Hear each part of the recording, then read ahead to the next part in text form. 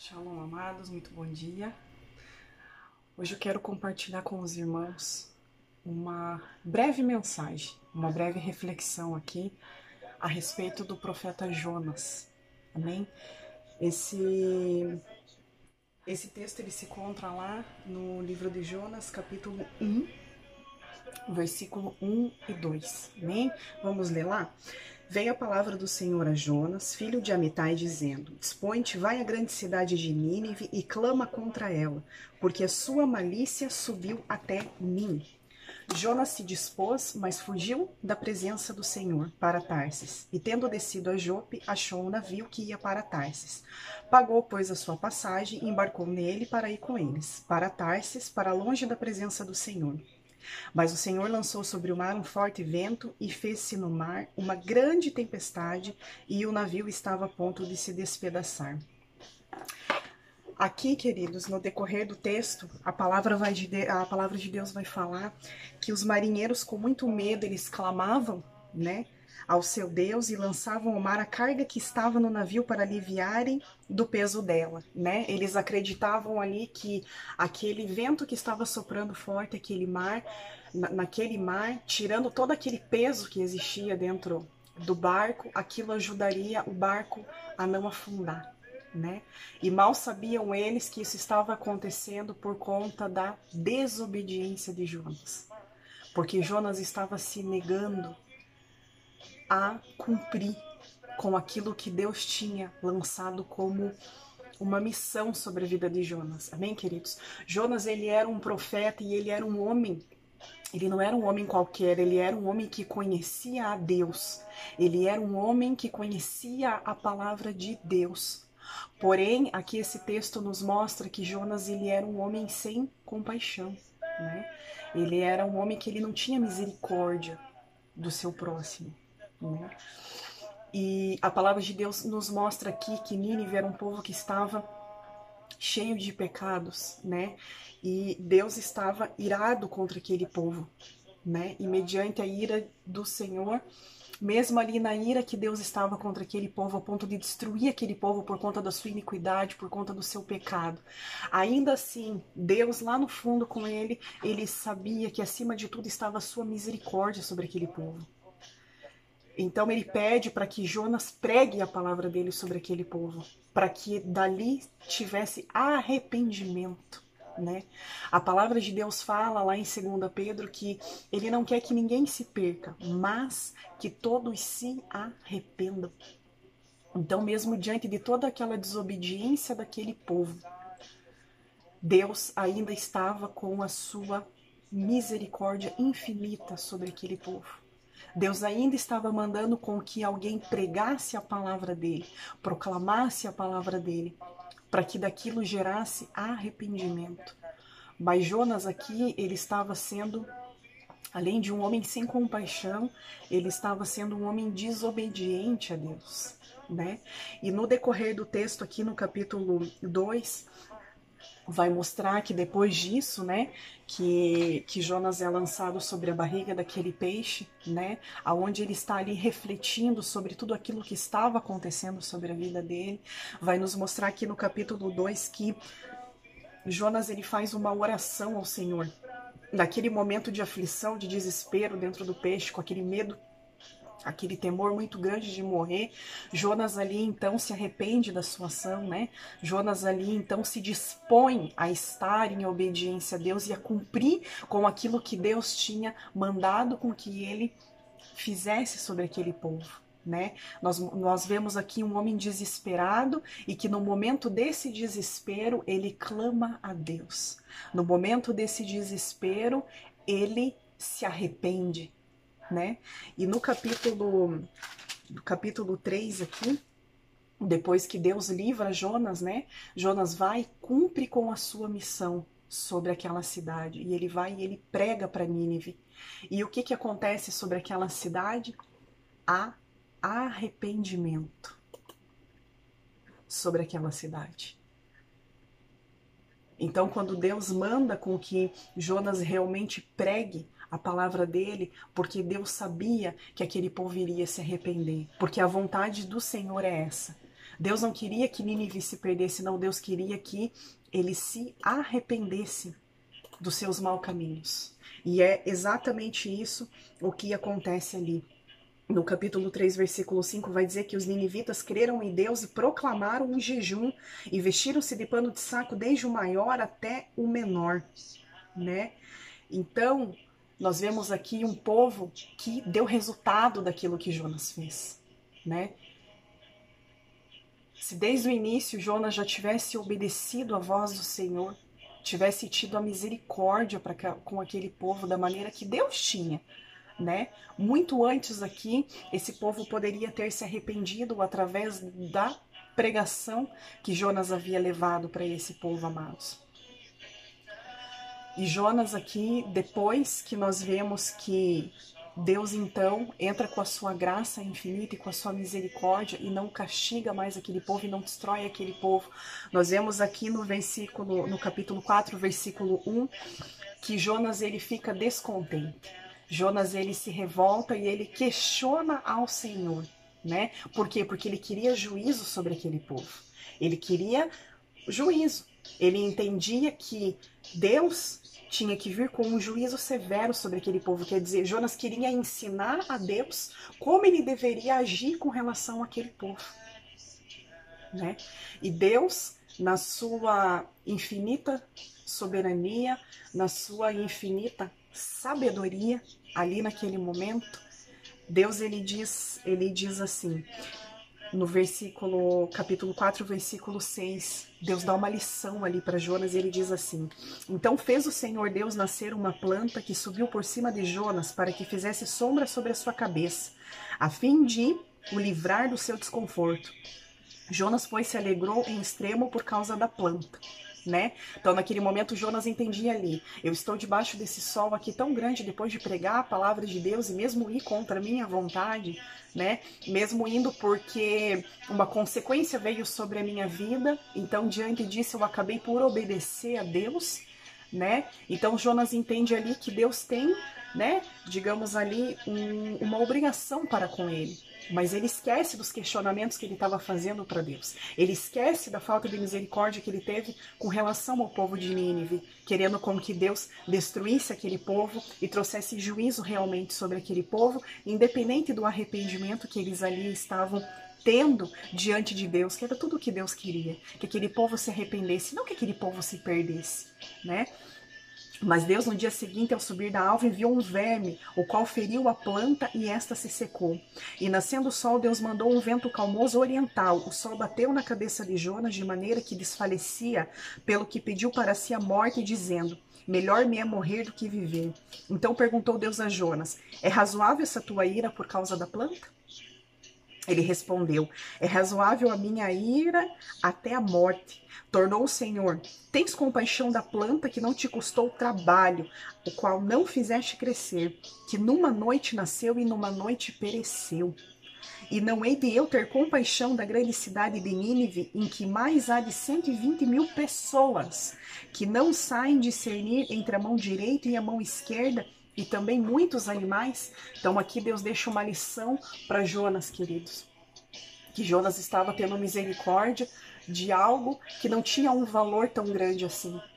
Mas Jonas não estava tendo misericórdia daquilo que é o principal, que são as pessoas, né? Tudo aquilo que Deus criou através da palavra dele.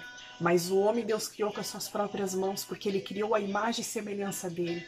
Ele colocou a identidade dele em nós. Amém? Então, por isso que nós temos tanto valor para o Senhor.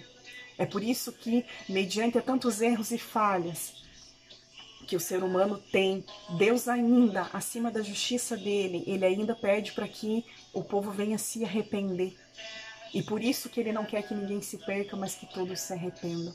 E aqui Jonas nos mostra o quê? Que no momento que ele estava... que ele poderia passar pela morte ali dentro daquele peixe. Nós vemos ali um homem aflito e um homem que estava em arrependimento no momento de emergência. No momento que ele estava passando por uma emergência, ele clamou a esse Deus, né? Então o que Jonas fez? É como se Jonas tivesse uma caixinha e dentro dessa caixinha, nos momentos que ele passasse por emergência, que ele passasse por medo, Ali naquele momento ele chamava Deus, ele clamava ao Senhor. Mas depois que ele passava do problema que ele estava sofrendo ali, a ira e a revolta dele como homem já tomava conta dele novamente. E ali ele esquecia do Deus de misericórdia com o qual ele servia, né? Então Jonas não estava trazendo ali Deus para sua vida, não estava trazendo ali Deus, né, para ter ali uma comunhão diária com ele, mas ele estava trazendo Deus ali no momento que ele estava passando por uma emergência, no momento que ele sabia que Deus estava colocando juízo sobre a vida dele. E Jonas aqui ele obedece, né, por consequência disso. Sendo que Jonas era um profeta, Jonas era um homem que conhecia Deus, Jonas era um homem que conhecia a palavra de Deus, mas Jonas não teve aqui. Dentro dessa história aqui, nós vemos que Jonas não teve o principal, que foi a obediência a Deus. E o que eu quero dizer com isso, queridos? Qual é a lição que eu quero trazer para os irmãos com relação a essa história aqui de Jonas? É que de nada vale se nós conhecermos a palavra de Deus de Gênesis a Apocalipse. De nada vale se nós tivermos uma teologia impecável. De nada vale ter o nosso conhecimento. A palavra de Deus fala que a letra mata. Mas se nós não tivermos obediência ao Senhor, um coração voltado em obediência a Ele, em cumprir a vontade dEle por amor à sua palavra, de nada vale conhecer a sua palavra se nós não praticarmos aquilo que as Escrituras nos ensinam. Amém? Essa é a lição aqui que o texto de Jonas nos traz. Um homem que tinha tudo para ser um excelente, um grande profeta do Senhor. Um homem que tinha esse dom de ser um profeta, que tinha o dom de pregar a palavra de Deus. Queria deixar isso passar. Queria negar aquilo, o propósito pelo qual ele foi chamado. Tudo pela sua justiça própria. Porque ele entendia que era um povo que estava em pecado, então era um povo que tinha que ser fulminado, era um povo que tinha que ser destruído. E Deus vem e entra com a sua misericórdia ali, demonstrando mais uma vez o amor dele com o seu povo. Então, um homem com tanto conhecimento, com tanto dom,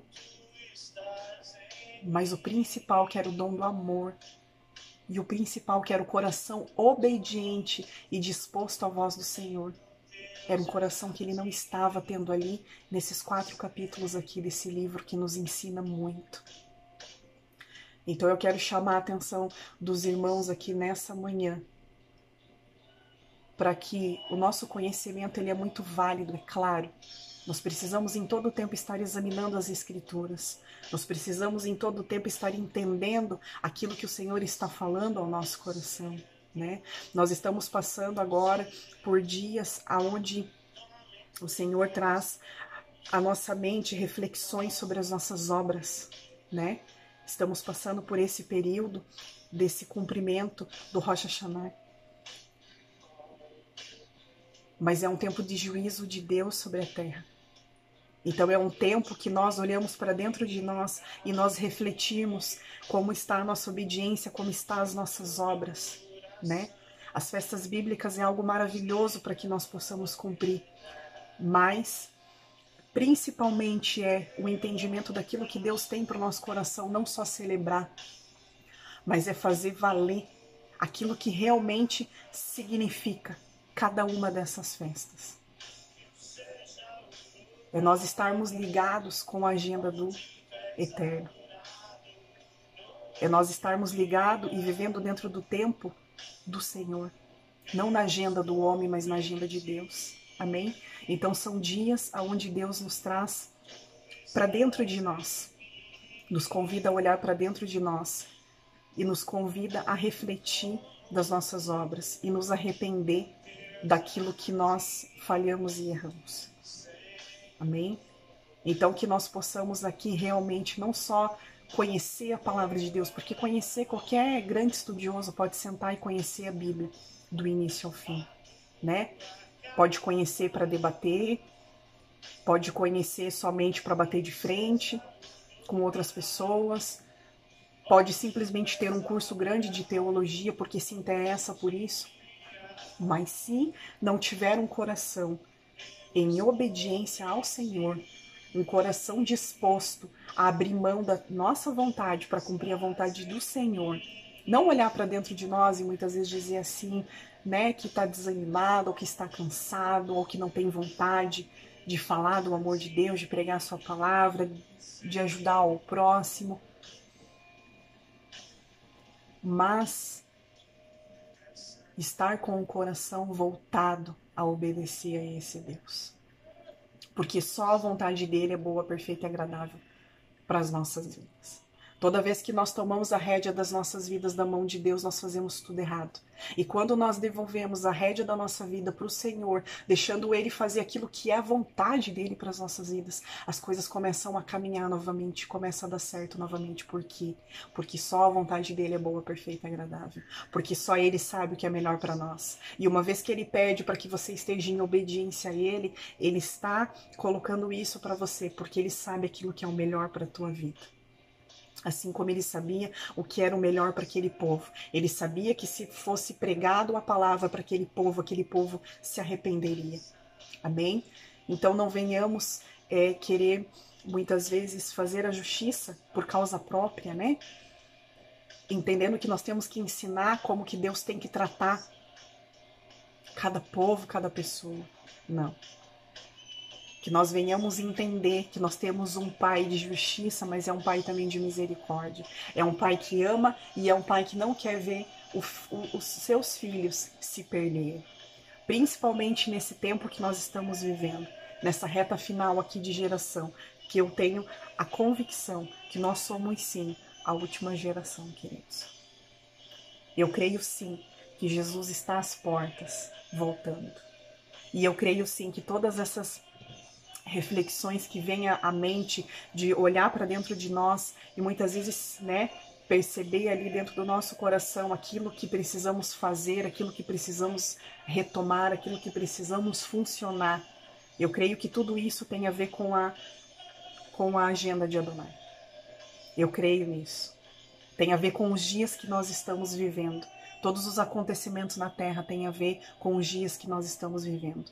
Então, que nessa manhã, aonde você estiver aí, se você estiver se sentindo cansado, desanimado ou frio, se estiver ouvindo a voz de Deus e está relutando em obedecer, não relute contra aquilo que é a vontade de Deus para a tua vida. Tira Deus da tua caixinha de emergência e traz Ele para a tua vida diária. Deixa Ele tomar a rédea da tua vida. Deixa Ele cumprir a vontade dEle sobre a tua vida. Porque quanto mais relutar, mais sofrimento e juízo virá sobre a tua vida. Então não espere o momento da adversidade, daquele momento que você se vê sem chão para poder obedecer a Deus. Não. Obedeça a Ele com mais facilidade. Obedeça a Ele com um coração simples em humildade e disposto a estar todo o tempo em obediência a Ele. Por mais que isso te custe, mas eu posso garantir para você que nada custa mais do que desagradar o coração de Deus. Amém, queridos? Eu espero que vocês possam ter sido edificados através dessa breve mensagem e que o Senhor venha aí nesse momento te pegar por dentro, te pegar por inteiro.